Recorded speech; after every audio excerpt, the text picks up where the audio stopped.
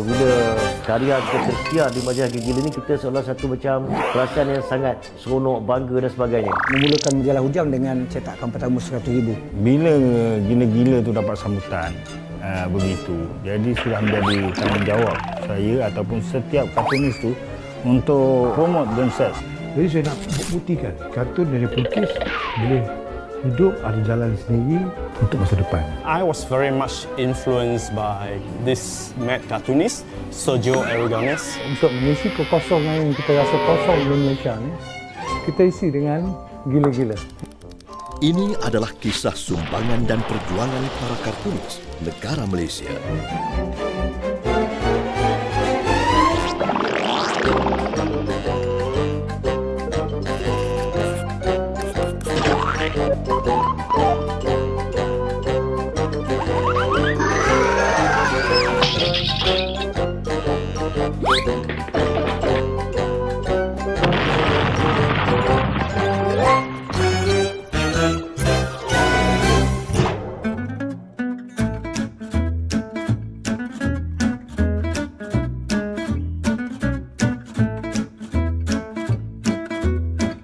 Rumah Kartun dan Komik Malaysia adalah sebuah museum untuk kartun, karikatur, dan komik Malaysia. Masyarakat hari ini dapat melalui terowong masa yang mempamerkan dan menyediakan informasi lengkap tentang perkembangan industri yang berkait rapat dengan kehidupan kartunis negara ini. Kalau kita nak jaga kartun kita kartunis sendiri kena usahakan tu. Jadi itu timbulnya dengan Rumah Kartun. Jadi bermulanya Rumah Kartun pada 2017.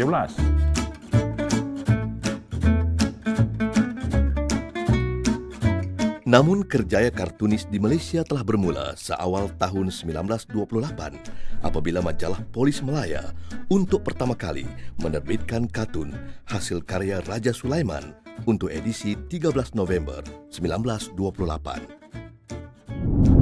Di Malaysia ini kita boleh lihat bahawa seni lukis kartun itu berkembang dalam sekitar akhir tahun 20-an, tahun 30-an dalam surat khabar seperti surat khabar Warta Jenaka, Utusan Zaman, Majlis dan sehinggalah khabar yang terkemudian. Jadi kita boleh lihat bahawa perkembangan kartun itu selari dengan perkembangan surat khabar. Walaupun khabar-khabar yang lebih awal seperti Jawi Peranakan itu tidak ada kartun, tapi dalam tahun 30-an lah saya rasa seni kartun itu mula berkembang.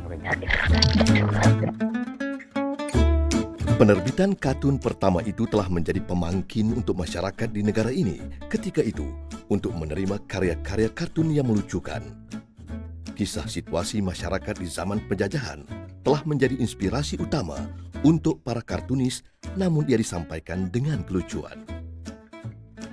Namun penerbitan kartun di tanah air bertambah rancak ketika tahun 1936, di mana kehadiran Warta Jenaka telah mengangkat karya kartunis tempatan ke satu tahap yang lebih tinggi. Kita sebenarnya di Malaysia ni, kita bermula dengan komik. Lukisan komik. Maksudnya zaman Saidin Yahya yang mula menerbit komik. Tapi kita juga dapat kesan kartun tahun 1928-24 bagainya. Biasanya kartun-kartun yang bentuk editorial lah. Tapi komik dalam bentuk komik-komik yang bentuk majalah atau bentuk yang telah dibukukan bermula daripada Saidin Yahya, grup Saidin Yahya ni. Tahun 1930, kalau tak silap salah. Dan 1930 dah mula terbitkan seperti dalam bahasa Jawi kita kata. Kemudian diteruskan oleh Raja Hamzah. Jadi kartun itu menjadi satu bentuk senjata untuk menyedarkan masyarakat tentang masa depan mereka. Kartun juga menjadi semacam suatu senjata untuk mengkritik apa yang mereka anggap sebagai sifat ataupun sikap yang buruk yang telah menyebabkan mereka tertinggal dari segi ekonomi dan politik. Dan tapi ada juga kata-kata yang berunsur jenaka. Pada tahun 1939, Utusan Melayu telah menerbitkan kartun bertajuk Wak Katuk. Ia antara siri kartun yang populer ketika itu. Wak Katuk telah menjadi suara dan hasrat orang Melayu Malaya ketika itu. Isu yang dekat di hati orang Melayu telah diangkat di dalam kartun Wak Kato. Antara isu besar ketika itu ialah kebanjiran warga asing di Tanah Melayu yang tidak dikawal oleh penjajah British, masalah harga bahan komoditi pertanian, dan pelbagai lagi. Saya suka melihat kartun-kartun ini bukan hanya dari sudut makna ataupun mesej yang mereka cuba sampaikan. Saya suka melihat bagaimana cara mereka menyampaikan mesej itu.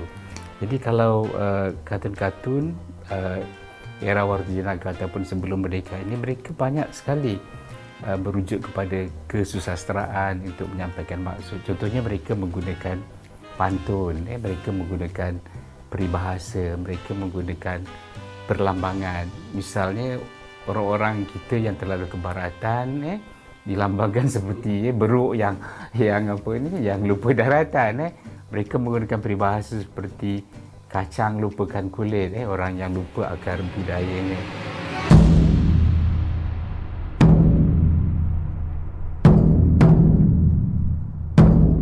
Pada 1941, Perang Dunia Kedua telah tercetus dan ia menjadi era baru bagi para kartunis negara.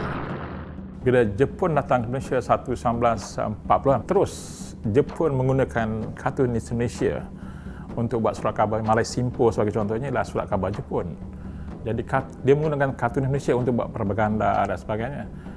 Kartunis Malaysia dan pelukis komik itu memang dah lama wujud, tapi terus digunakan oleh Jepun dan sebagainya. 1947 datang pula British menghalau Jepun, juga menggunakan kartunis dan komik artis Malaysia zaman itu.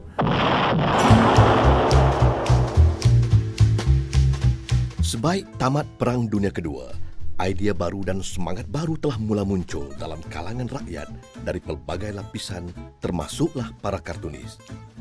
Bukan setakat penyampaian cerita, malah para kartunis tanah air juga sudah mula menampakkan gaya lukisan yang berbeza dari kartun-kartun yang diimport.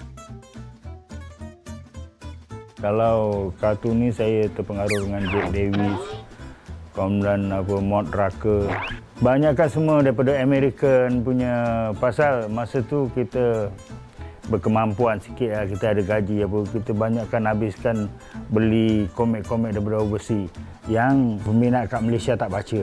Jadi kita belilah Mad Magazine kan, Punch Magazine. Jadi kita dapat info banyak. Penerbitan kartun dalam akhbar dan majalah telah menjadi satu sumber mata pencarian bagi segelintir orang. Dari era Warta Jenaka hinggalah ke hari ini, ia telah mencipta satu sumber pendapatan. Malah tidak keterlaluan dikatakan, pada masa lalu kerjaya sebagai kartunis bukanlah sesuatu yang menjadi pilihan masyarakat banyak. Namun para kartunis awal ini telah menjadi penggerak utama untuk menjadikan bidang ini sebagai sebuah industri bagi Malaysia dan kesannya terasa hingga ke hari ini. Kira kalau pinang anak dari orang kena reject lah. Tak laku. Pada mulanya, masa saya bersekolah dulu, saya dah melukis dah. Apabila dah suka melukis, hobi melukis, kita selalu suka melukis. Jadi, pandangan ataupun orang tua kita lah, kan, rasa masa tu pelukis tak boleh cari makan lah. Kau ni hang ni nak ambil SPM masih lukis kartun je ya. Yang tu saya mengingat. Abang-abang saya, mak saya, apa hang boleh makan ni semua hang buat ni? Saya lukis kartun je. Kartun apa tu saya tiru. Kan? Jadi pada masa tu tidak ada satu rangsangan langsung. Rangsangan kita sendirilah. Buat apa kita buat ni, aku nak jadi kartunis satu, aku nak lukis. Bayangkan dihalang oleh keluarga, jadi saya nak buktikan lukis kartun dari pelukis boleh hidup dan juga boleh ada jalan sendiri untuk masa depan.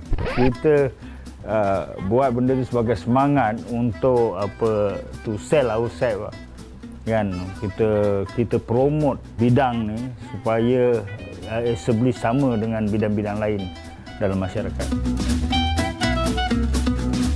Kartun di era 50-an selain menghiburkan, juga telah menjadi wadah untuk menyampaikan mesej ingin mencapai kemerdekaan. Dan akhirnya pada 31 Ogos 1957, kemerdekaan negara telah tercapai. Pada ketika itu, bermula juga satu episod baru bagi para kartunis, yaitu mereka perlu mencari idea baru bagi membantu kemajuan negara selepas negara baru mencapai kemerdekaan. Kalau seterusnya memang dah menarik ataupun ideanya memang dah kata orang menonjol, jadi dia tetap menarik walaupun zaman itu dan dibandingkan zaman sekarang.